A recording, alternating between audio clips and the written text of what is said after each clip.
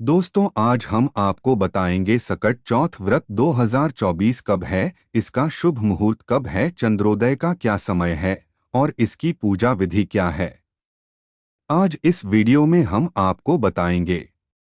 नमस्कार मित्रों, स्वागत है आपका हमारे YouTube चैनल धर्म ज्ञान की बात में। वीडियो शुरू करने से पहले आप सबसे विनम्र निवेदन है कि अगर आपने अभी तक हमारे चैनल को सब्सक्राइब नहीं किया है तो इसे सब्सक्राइब जरूर करें, जिससे आपको नई नई जानकारी जल्द से जल्द प्राप्त हो सके।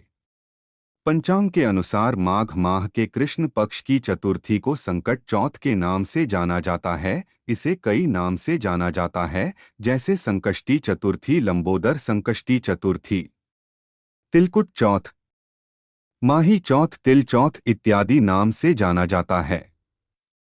प्रत्येक महीने में दो चतुर्थी आती है, एक शुक्ल पक्ष में और एक कृष्ण पक्ष में। लेकिन इन सभी चौथ में माघ मास की चतुर्थी को विशेष महत्व दिया गया है।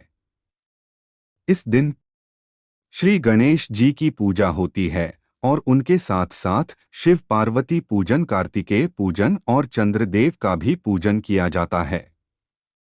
आइए जानते हैं सकट चौथ 2024 का शुभ मुहूर्त क्या है। 2024 में माघ मास अर्थात जनवरी महीने में सकट चौथ 29 जनवरी दिन सोमवार को पड़ेगा। चतुर्थी तिथि प्रारंभ होगी 29 जनवरी दिन सोमवार को प्रातः 6:10 पर। चतुर्थी तिथि की समाप्ति 30 जनवरी को प्रातः 8:54 पर होगी। चंद्रोदय का समय 29 जनवरी रात 9:10 पर होगा। मित्रों, अब चलिए जानते हैं सकट चौथ या तिल चौथ की पूजन विधि क्या है। सकट चौथ का व्रत महिलाएं अपनी संतान की दीर्घायु और उनके सुखी जीवन के लिए करती हैं। सकट चौथ के दिन ब्रह्मा मुहूर्त में उठकर स्नान करके पूरे दिन के व्रत का संकल्प लिया जाता है।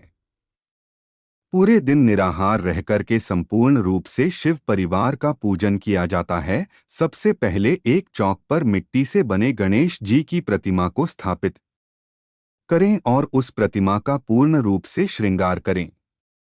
श्रृंगार करने के लिए प्रतिमा को रोली, दूर्वा, घास, अक्षत, पान, लड्डू, सुपारी और फल अर्पित कर सकते हैं। पूजा में ओम गण गणपतये नमः मंत्र का जाप करें। भोग के रूप में तिल व गुण से बने हुए लड्डू को अर्पित करें और कथा पढ़े और आरती कर ले। उसके बाद सूर्योदय होने के पश्चात चंद्रमा को अर्घा देकर और अक्षत अर्पित करके पान सुपारी चढ़ाएं और जल का अर्घा देकर व्रत संपन्न करना चाहिए। सकट चौथ व्रत के कुछ नियम भी है, इसे भी जान लीजिए। सकट चौथ व्रत में महिलाओं को निर्जल रहकर के व्रत करना चाहिए। नंबर 2, गणेश जी की पूजा के पश्चात ही चंद्रमा को अर्घ देना चाहिए।